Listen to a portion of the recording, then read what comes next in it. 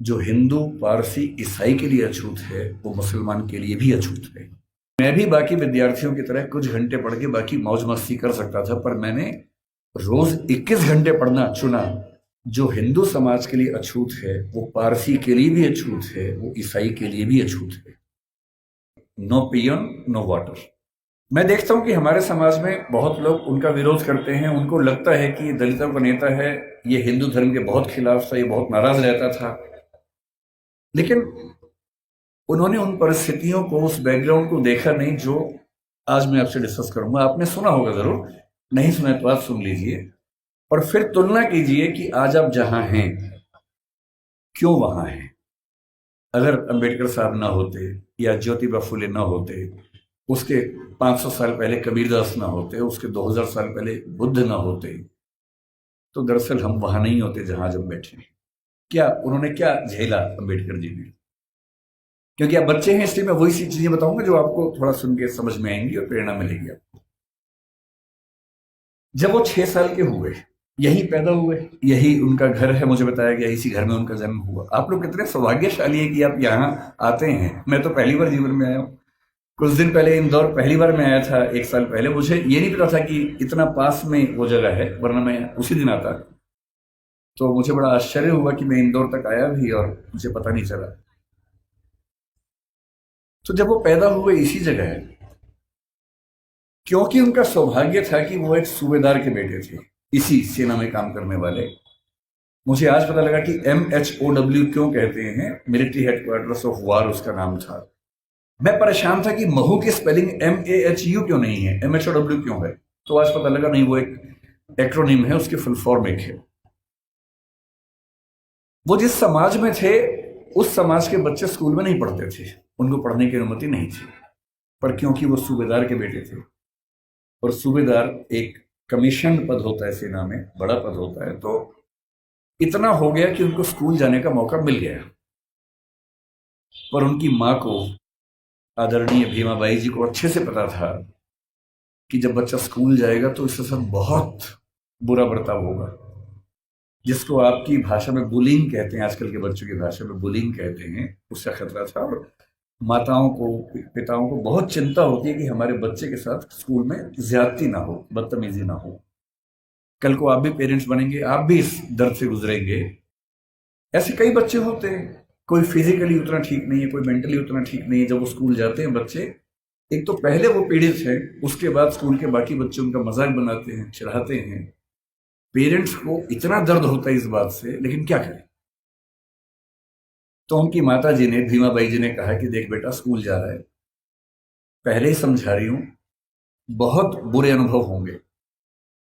लड़ना मत, झगड़ना मत, विद्रोह करके छोड़ मत देना, क्योंकि पढ़ाई करोगे वो अकेला रास्ता है कि कुछ बड़ा कर पाओगे जीवन में, वरना कोई दूसरा रास्ता नहीं है। इस बात को उस छोटे से बच्चे ने मन में बिठा लिया।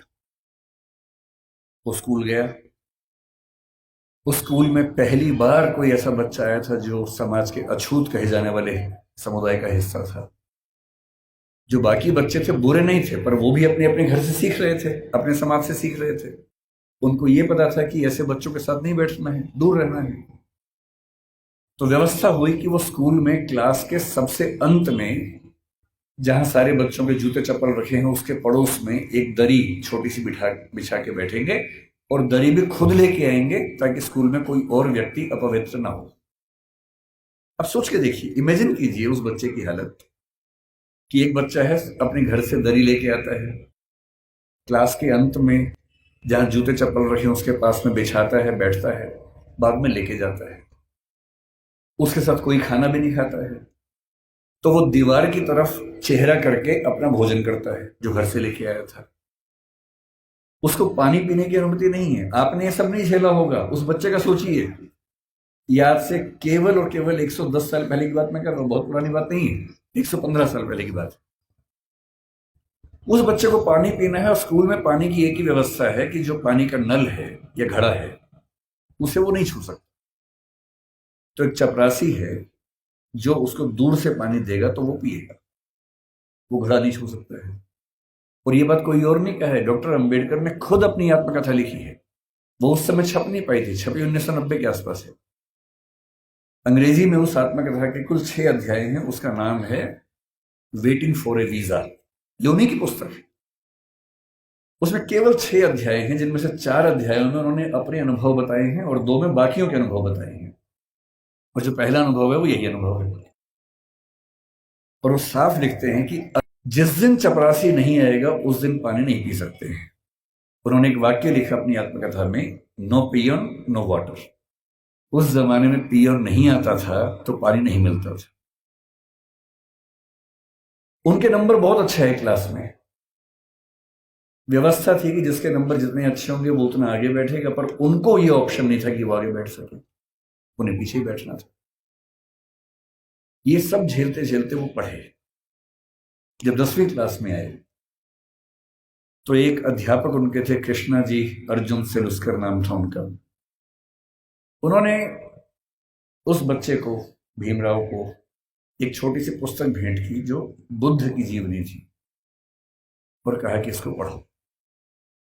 अम्बेडकर कहते हैं कि उस पुस्तक को और मैं अपने अध्यापक केलुस्कर जी को जिंदगी भर नहीं भूल पाया। वही केलुस्कर जी बाद में उनको बड़ौदा के महाराज सियाजी राव गायकवाड़ से मिलवाने ले गए, वजीफा दिलवाया, फिर वजीफा बढ़ा और जब वो एल्फिंसन कॉलेज के विद्यार्थी हुए तो उनको कोलंबिया विश्वविद्यालय जाने के लिए स्कॉलरशिप मिली। वहीं से मिली, बड़ौदा से मिली। 4 साल कोलंबिया में रहे और इतनी मेहनत करते थे। कोलंबिया विश्वविद्यालय से एमए और पीएचडी करने के साथ साथ लंदन स्कूल ऑफ इकोनॉमिक्स से भी एमए और पीएचडी कर डाली। और उन्होंने कहा कि मैं भी बाकी विद्यार्थियों की तरह कुछ घंटे पढ़ के बाकी मौज मस्ती कर सकता था, पर मैंने रोज 21 घंटे पढ़ना चुना ताकि मैं वो सारी सीमाएं दूर कर सकूं जो मैंने अपने समाज में देखी है। 17 में वो भारत वापस आए। अब देखिए स्थिति क्या होती है। जब वो भारत आए तो 4 साल अमेरिका में रहे थे, बीच में लंदन में रहे थे, तो उनको वहां जाति व्यवस्था नहीं थी, वहां कोई छूट नहीं था। वहां भी ब्लैक्स की दिक्कत थी, अश्वेतों की दिक्कत थी, पर क्योंकि वो अश्वेत नहीं थे इसलिए वो दिक्कत उन्होंने नहीं महसूस की। तो उन्होंने 4 साल देखा कि एक समानता का व्यवहार उनके साथ हुआ, तो वो उसके अभ्यस्त हुए। अब भारत आए। बड़ौदा महाराज के साथ जो सहमति थी वो ये कि जब वो पढ़ के आएंगे तो बड़ौदा सरकार में सिविल सेवक बनेंगे, दीवान बनेंगे। अब सोच के देखिए क्या हुआ उनके साथ। वो व्यक्ति बंबई से बड़ौदा आया और जब बड़ौदा आया तो उसको लगा कोई तो लेने आएगा, क्योंकि वो महाराज के सिविल सर्वेंट थे। स्टेशन पर कोई लेने नहीं आया उनको, क्योंकि उनका समाज पिछड़ा हुआ था। तो कोई बात नहीं, उतरे, सोचा कि अब कहां रहूं। उनको अंदाजा था कि जो हिंदू समाज की धर्मशालाएं हैं, होटल से, वहां उनको अनुमति नहीं मिलेगी क्योंकि वो अस्पृश्य माने जाते हैं। तो काफी ढूंढने के बाद उनको एक पारसी धर्मशाला मिली। ये सब बातें अंबेडकर जी ने अपनी जीवनी में लिखी है, आत्मकथा में, वहीं से बता रहा हूं आपको, उन्हीं की लेखनी है। क्योंकि पारसी धर्म में तो जाति व्यवस्था नहीं है, तो उनको लगा यहां शायद शांति मिलेगी। वो पारसी धर्मशाला में गए, वहां कमरा लिया। एक ही कमरा था, बड़ा बहुत बुरी हालत में कमरा था, फर्नीचर से भरा हुआ गोदाम जैसा कमरा, उसी के कोने में रहने की व्यवस्था हुई। तो रहने लगे। कुछ देर के बाद उस धर्मशाला का जो केयर टेकर था वो गुस्से में आया और उसने कहा कि तुम पारसी नहीं हो। उन्होंने कहा नहीं, मैं तो पारसी नहीं हूं। तो बोले बताया क्यों नहीं? बोले आपने पूछा नहीं, मैं क्यों बताऊं। लेकिन उस धर्मशाला में कई महीनों से शायद कोई आया ही नहीं था, हालत खराब थी। तो फिर सहमति बनी कि यार तुम ना रजिस्टर में कोई पारसी नाम लिख दो, मैं मैनेज कर लूंगा। और बोले मुझे कुछ दिन में घर मिल ही जाएगा, मैं फिर वहां शिफ्ट हो जाऊंगा। तो एक पारसी नाम कुछ रख के काम चलाया। लेकिन 11 दिन हुए थे अभी, और 11वें दिन लगभग 10 से 15 पारसी युवक हथियार, लाठी, डंडे हाथ में लेके चिल्लाते हुए उनकी तरफ बढ़े। और तब उन्होंने कहा कि एक अछूत आदमी पारसी धर्मशाला में कैसे आ गया? तुमने हमारी धर्मशाला खराब कर दी। अंबेडकर जी ने कहा कि आपके धर्म में तो जाति व्यवस्था है नहीं। बोले वो सब हमें नहीं पता, भागो यहां से। और खतरा था कि हिंसा हो सकती थी। अंत में तय हुआ कि शाम तक का समय है, छोड़ देना, वरना छोड़ेंगे नहीं। डॉक्टर अम्बेडकर अपने ऑफिस गए। ऑफिस में उनकी कुर्सी अलग बनाई गई। उनका चपरासी उनको पानी इस तरह से देता था कि जैसे किसी खराब व्यक्ति को दे रहा हो। फाइलें फेंक के देता था ताकि छू ना ले। अब उस व्यक्ति का मन सोचिए कि जो व्यक्ति इतना पढ़ के आ गया है, अमेरिका से पीएचडी, लंदन से पीएचडी कर चुका है, इकोनॉमिक्स में पहली बार देश में किसी ने इतने गंभीर स्तर पर अध्ययन किया होगा, उसके साथ ये बर्ताव हो रहा है। उन्होंने महाराजा के सचिव से बात की, भाई मुझे रहने को घर कब मिलेगा, छोड़ना है मुझे। कोई जवाब नहीं मिल पाया। शाम तक छोड़ना है। पूरे बड़ौदा में एक भी जगह नहीं है जहां वो रह सके। अंतिम उपाय क्या किया? अपने एक हिंदू दोस्त से बात की कि भाई, जो दो दोस्त उनके बाहर से पढ़ के आए थे, एक हिंदू एक ईसाई, दोनों से बात की। हिंदू दोस्त से कहा, यार ऐसा कि ऐसे ऐसे छोड़ना पड़ रहा है पारसी धर्मशाला, क्या मैं तुम्हारे घर रह सकता हूं? बहुत प्रगतिशील व्यक्ति था, पर उसने 2 मिनट चुप होकर बोला कि देख यार, मुझे तो दिक्कत नहीं है, पर मेरे यहाँ जो लोग काम करते हैं ना, वो सब काम छोड़ देंगे, क्योंकि तुम अगर रहोगे तो वो फिर सब खत्म हो जाएगा। तो बोले ठीक है, कोई बात नहीं। एक ईसाई दोस्त था, ईसाइयों में तो प्रथा नहीं होती है, उससे पूछा। उसने कहा, यार हूं तो मैं ईसाई, लेकिन कुछ पीढ़ी पहले हम हिंदू थे, तो हमारे परिवार में अभी तक वो संस्कार हैं, और मेरी पत्नी इस बात से भड़क जाएगी कि आपने एक अछूत को अपने घर में कैसे बुला लिया। और तब डॉक्टर अम्बेडकर लिखते हैं अपनी आत्मकथा में, जो हिंदू समाज के लिए अछूत है, वो पारसी के लिए भी अछूत है, वो ईसाई के लिए भी अछूत है। और यही मुंबई में सिडनेहम कॉलेज में जब वो प्रोफेसर बन के गए, वहां भी ये बर्ताव हुआ कि उनको पानी पीने की व्यवस्था अलग थी। सिडनेहम कॉलेज, जो कि बहुत प्रतिष्ठित कॉलेज है मुंबई का, एक बार घड़ा छू लिया तो घड़े को तोड़ा गया पवित्र करने के लिए। और तब उनको फिर ये लगा कि ये अलग अलग धर्म जो दावा करते हैं कि हम समानता वाले धर्म हैं, उन सबका ऐसा बर्ताव क्यों है। फिर एक घटना लिखते हैं अम्बेडकर जी अपनी आत्मकथा में। एक बार वो नासिक से औरंगाबाद जा रहे थे निजी यात्रा पे कुछ दोस्तों के साथ। उन्होंने जानबूझ के सबसे कहा, किसी को बताना मत, मैं नहीं चाहता किसी को पता लगे, निजी यात्रा रखेंगे इसको। रास्ते में दौलताबाद का किला पड़ा। दौलताबाद का किला ऐतिहासिक स्थल है, उनकी इच्छा हुई कि देखते हैं उसको। तो 7-8 दोस्त खूब धूल मिट्टी झेलते हुए वहां पहुंचे। किसी को बताया नहीं था। जब पहुंचे तो वहां एक पानी का हौद था जहां पर लोग हाथ मुंह धो लेते हैं। इन सब ने वहां पर हाथ मुंह धो लिया। इतने में वहां कुछ मुस्लिम युवक गुस्से में आए हथियार लेके। उनको किसी ने बता दिया था कि ये लोग अछूत समुदाय से हैं, और लड़ने लगे उनके साथ। अम्बेडकर जी ने उनको समझाया, डांटा, कहा भाई तुम तो मुसलमान हो और तुम्हारा धर्म तो कहते कि हम सब बराबर हैं। वो बोले वो सब बेकार की बात है, तुमने हमारा ये अपवित्र कर दिया है। और हालत ये आ गई कि अम्बेडकर जी को लगा कि अब हिंसा भी हो सकती है, और ऐसा ना हो कि कुछ बड़ा नुकसान हो जाए। किसी तरह से वहां से जान बचा के, हालांकि बाद में उनको देखने की परमिशन मिली, किला देखा, वापस आए।